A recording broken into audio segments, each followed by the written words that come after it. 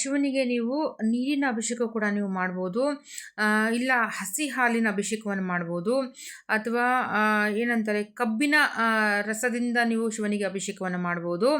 ಅಥವಾ ದಾಳಿಂಬೆ ರಸದಿಂದ ನೀವು ಶಿವನಿಗೆ ಅಭಿಷೇಕವನ್ನು ಮಾಡ್ಬೋದು. ಕರಿ ಎಳ್ಳಿನಿಂದ ನೀವು ಶಿವನಿಗೆ ಅಭಿಷೇಕ ಮಾಡ್ಬೋದು. ಅಕ್ಷತೆಯಿಂದ ಶಿವನಿಗೆ ಅಭಿಷೇಕವನ್ನು ಮಾಡ್ಬೋದು.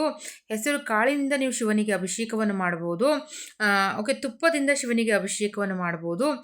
ಈ ಥರ ಹಲವಾರು ವಿಷಯಗಳಿಂದ ಶಿವನಿಗೆ ನೀವು ಅಭಿಷೇಕವನ್ನು ಮಾಡ್ಬೋದು. ಏನು ಈ ಥರದಿಂದ ಯಾಕೆ ನೀವು ಶಿವನಿಗೆ ಅಭಿಷೇಕ ಮಾಡ್ತೀವಿ ಅಂತಂದಾಗ, ಶಿವನು ಒಬ್ಬ ಲಯಕಾರಕ.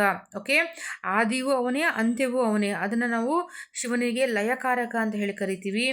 ಈ ಒಂದು ಪ್ರಕೃತಿಯ ಸೃಷ್ಟಿಕರ್ತನೇ ಶಿವ ಆಗಿರೋದ್ರಿಂದ ಆದಿಶಕ್ತಿ ಪರಾಶಕ್ತಿ ಶ್ರೀ ಲಲಿತಾ ತ್ರಿಪುರ ಸುಂದರಿಯು ಕೂಡ ಶಿವನ ಜೊತೆ ಇರೋದರಿಂದ ಶಿವನ ಎಲ್ಲ ರೀತಿಯ ಆಶೀರ್ವಾದಗಳಿಗೂ ನೀವು ಪಾತ್ರ ಆಗಬೇಕು. ಅಥವಾ ನೀವು ಎಲ್ಲ ರೀತಿಯ ತೊಂದರೆಗಳಿಗೆ, ಎಲ್ಲ ಗ್ರಹಗಳ ತೊಂದರೆಗಳಿಗೆ ನೀವು ತೊಂದರೆಗಳಿಂದ ಮುಕ್ತಿಯನ್ನು ಪಡ್ಕೋಬೇಕು ಅಂದಾಗ ನೀವು ಶ್ರಾವಣ ಮಾಸದ ಈ ಒಂದು ವಿಶೇಷವಾದಂತಹ ಅಭಿಷೇಕವನ್ನು ಮಾಡ್ಕೊಳ್ಳಿ.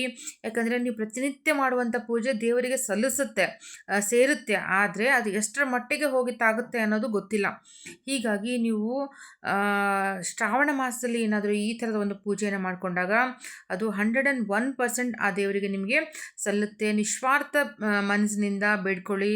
ಓಕೆ, ದೇವರಿಗೆ ನಿಮ್ಮ ಕಷ್ಟಗಳನ್ನು ಹೇಳ್ಕೊಳ್ಳಿ, ನಿಮ್ಮ ತೊಂದರೆಗಳನ್ನು ಹೇಳ್ಕೊಳ್ಳಿ. 101% ಈ ಒಂದು ತಿಂಗಳಲ್ಲಿ ನಿಮಗೆ ಎಲ್ಲ ರೀತಿಯ ನಿಮಗೆ ಅನುಕೂಲಗಳು ಆಗೋಕ್ಕೆ ಪ್ರಾರಂಭ ಆಗುತ್ತೆ.